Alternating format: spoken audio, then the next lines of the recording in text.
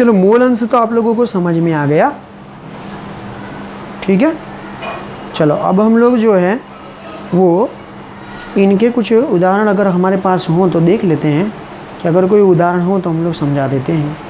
वैसे मैंने आप लोगों को इस मोल अंश का एक उदाहरण प्रॉब्लम एंड सॉल्विंग करके जो वीडियो हमने बनाया था उसमें है, तो अगर उसमें जाकर आप लोग देखो तो आपको पता चल जाएगा कि भाई कैसे हम लोगों ने मोल अंश ज्ञात किया था, ठीक है ना। तो मोल अंश x होता है घटक के मोल बटे कुल मोल हो जाता है। और मोल कैसे ज्ञात करेंगे, तो मोल होता है द्रव्यमान बटे आणविक द्रव्यमान। जिस घटक के आप लोग मोल ज्ञात करना चाहो उसके द्रव्यमान लिखने होंगे और उसी का ही आणविक द्रव्यमान हमको ज्ञात करना पड़ेगा, ठीक है। चलो नेक्स्ट, तो अब हम लोग देखते हैं नेक्स्ट एक उदाहरण दिया गया है, उदाहरण 1.6। उदाहरण दिया गया है कि भाई किसी पदार्थ A के 2 ग्राम को 18 ग्राम जल में मिलाकर एक विलयन प्राप्त किया जाता है। विलय A का द्रव्यमान प्रतिशत परिकलित कीजिए। चलो A का द्रव्यमान 2 ग्राम और पानी बराबर जल, तो वाटर को मानो कि हम लोग बोल देते हैं कि भाई H2O, चलो तो वो 18 ग्राम। अब बोला गया है A का प्रतिशत द्रव्यमान ज्ञात करो। चलो प्रतिशत द्रव्यमान का सूत्र क्या था, ये रहा। अब आप लोगों को ढूंढना होगा ना कि भाई प्रतिशत द्रव्यमान विलय का द्रव्यमान होता है, इसमें से बताओ विलय कौन है। तो मैंने कहा था जिसकी मात्रा कम होती है वो विलय है, जिसकी मात्रा अधिक होती है वो विलायक है। तो 2 ग्राम और 18 ग्राम दोनों की तुलना करें तो इसका द्रव्यमान कम है, ठीक है ना, और इसका द्रव्यमान अधिक है, तो ये विलय है और ये विलायक है। तो हम लोग ये वाला लेंगे, तो हम लोग लिखेंगे A का द्रव्यमान प्रतिशत बराबर A का द्रव्यमान बटे विलय, विलय A हो गया ना, विलयन का द्रव्यमान, तो विलयन का द्रव्यमान।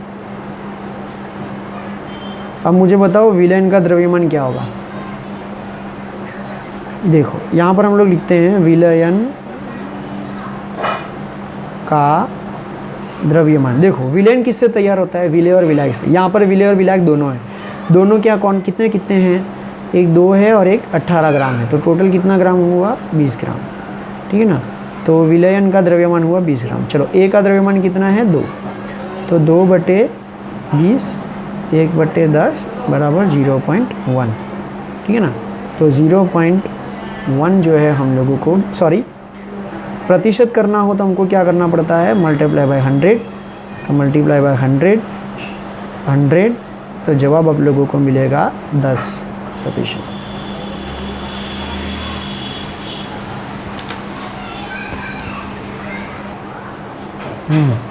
चलो ठीक है, समझ में आया।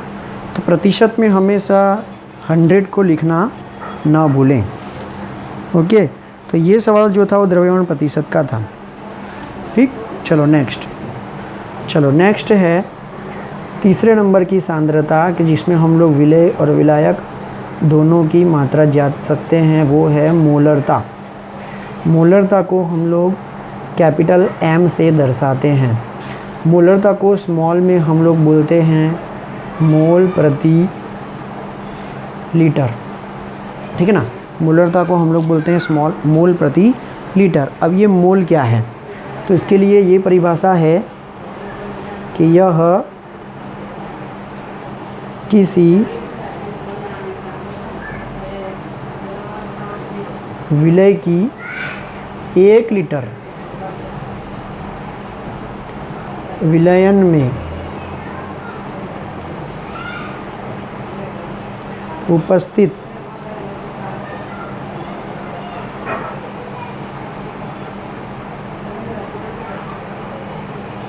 मोलों की संख्या होती है, ठीक है ना। तो अगर हम लोग 1 मोल चीनी, 1 मोल यूरिया या 1 मोल हम लोग कोई भी पदार्थ को अगर हम लोग 1 लीटर बनाते हैं पानी में मिश्र करके, तो वो उसकी सांद्रता 1 मोलरता कही जाएगी, 1 मोल प्रति लीटर कहा जाता है।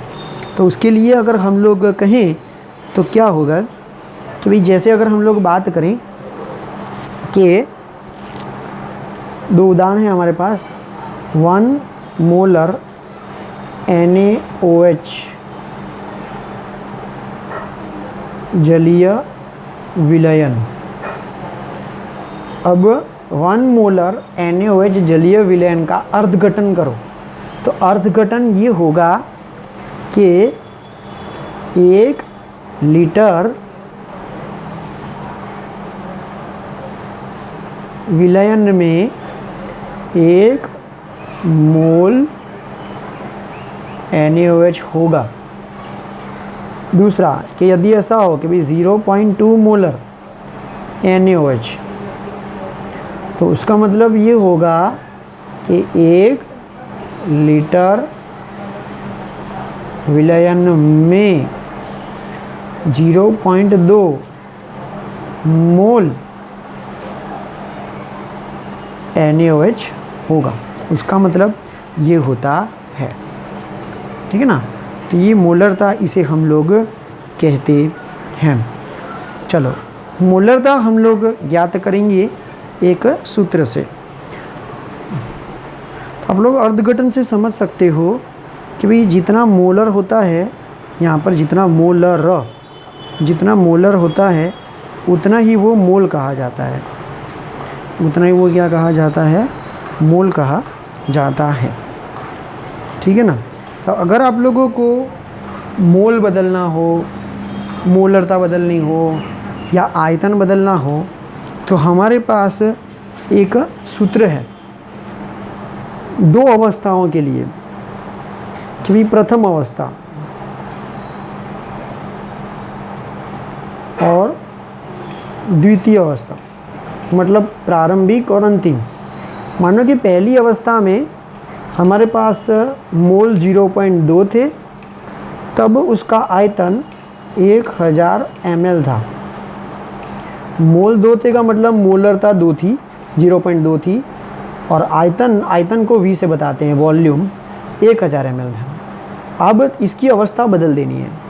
इसकी अवस्था ये करनी है कि यदि उसकी मोलरता 1 करनी हो तो आयतन कितना होगा,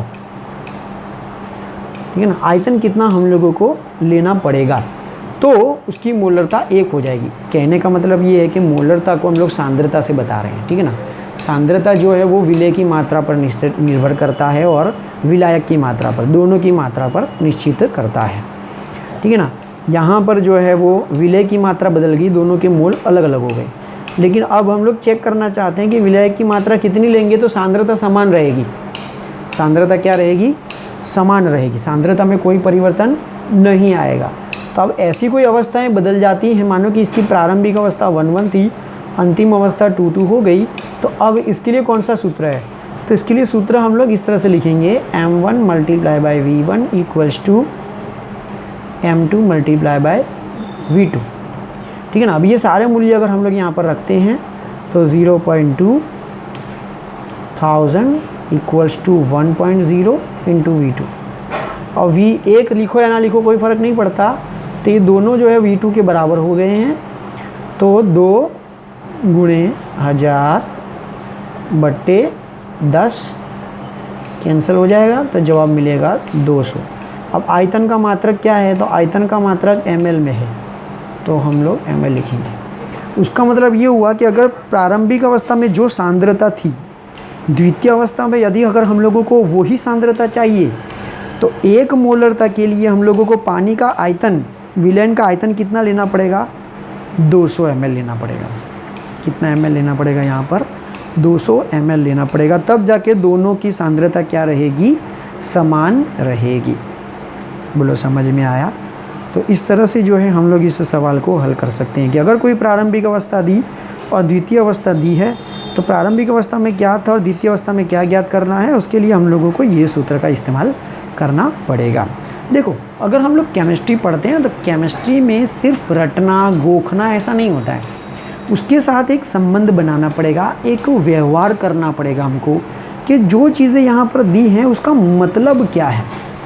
जो चीज़ें यहाँ पर दी हैं उसका मतलब क्या है कि भाई 1000 ml अर्थात 1 लीटर अगर उसकी मोलरता 0.2 है, अगर उसकी मोलरता 1 करनी हो तो हम लोगों को आयतन कितना रखना पड़ेगा। तो अगर मोलरता अगर हम लोगों को 1 करनी हो तो आयतन कितना कर देना पड़ेगा, 200 ml। जैसे ही हम लोग ये 1000 को कम करते हुए 200 ml ले आएंगे तब उसकी मोलरता कितनी हो जाएगी, 2 हो जाएगी। उसका मतलब ये हुआ है कि हम लोग विलय की मात्रा तो कम ले रहे हैं लेकिन विलय उतना ही रहता है। तो सांद्रता दोनों की क्या रही, समान। तो सांद्रता किस पर डिपेंड करती है, विलय की मात्रा पर।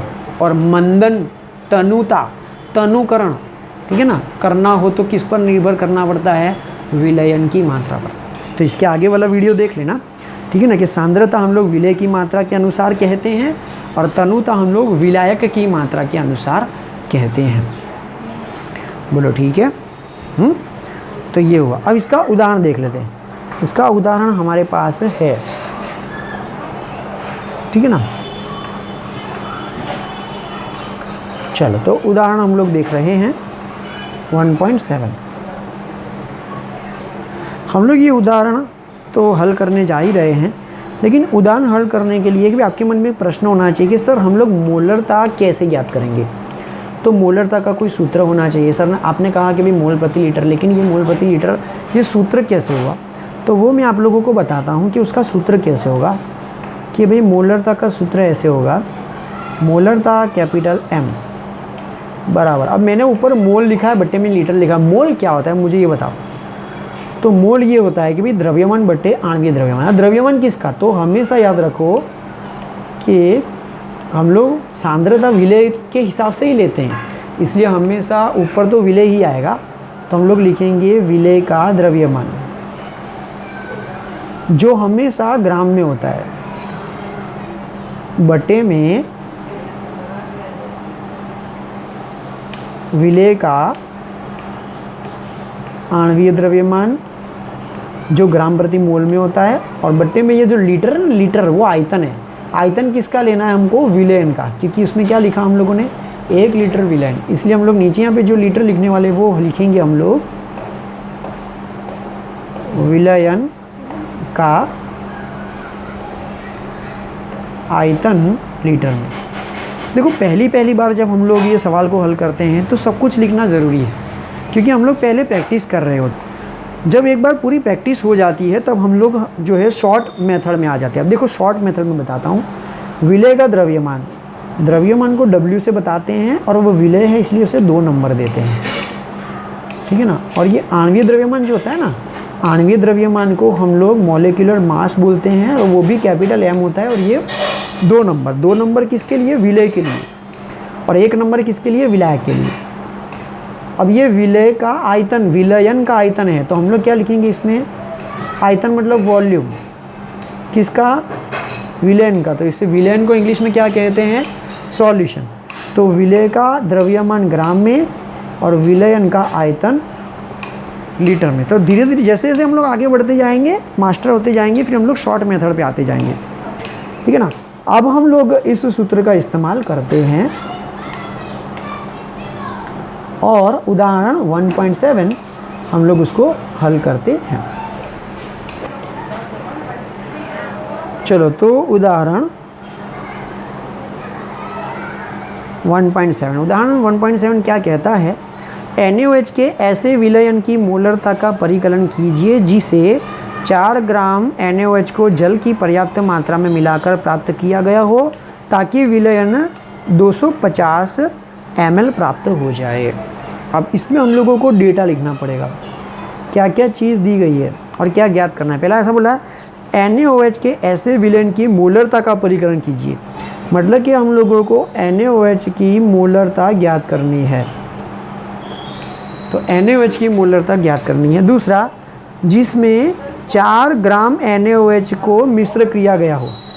4 ग्राम मिश्र किया गया है, मिश्र किया गया है मतलब कि उस पदार्थ को विलय किया गया है, और विलय को हम लोग 2 नंबर से बताते हैं। तो विलय का द्रव्यमान दिया गया है 4 ग्राम, ठीक है ना। अब मिलाकर ताकि विलयन जल की इतनी पर्याप्त मात्रा मिलाई गई है कि उसका विलयन 250 ml हो जाए। तो विलयन का आयतन, तो वॉल्यूम ऑफ सॉल्यूशन, विलयन का आयतन 250 ml हो जाए। कितना हो जाए? 250 ml हो जाए। चलो तो हम लोग मोलरता ज्ञात करते हैं। मोलरता का सूत्र क्या है?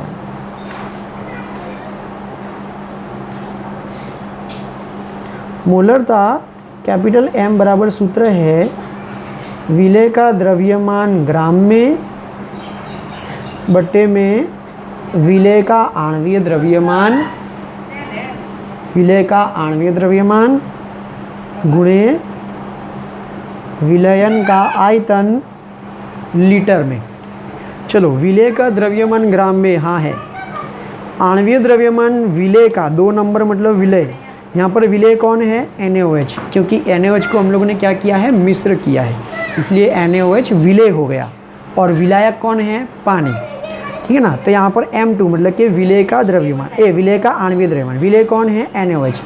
तो अब उस NaOH का आणविक द्रव्यमान ज्ञात करना चाहते हैं, तो कैसे ज्ञात करते हैं हम लोग? सोडियम तत्व 1 बार, ऑक्सीजन तत्व 1 बार, हाइड्रोजन तत्व 1 बार, ठीक है ना।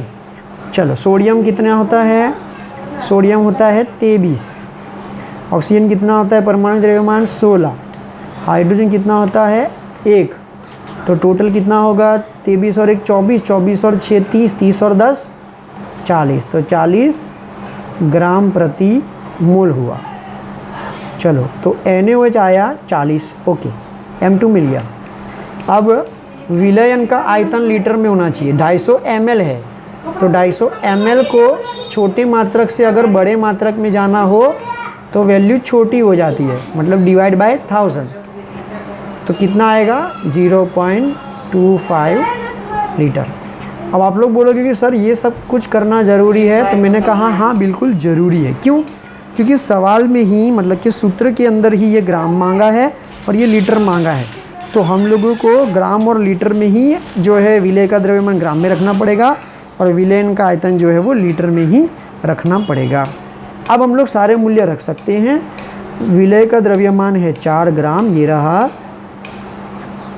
विलय का आणविक द्रव्यमान है 40 ग्राम प्रति मोल गुणे आयतन, आयतन है 0.25 लीटर, ठीक है ना।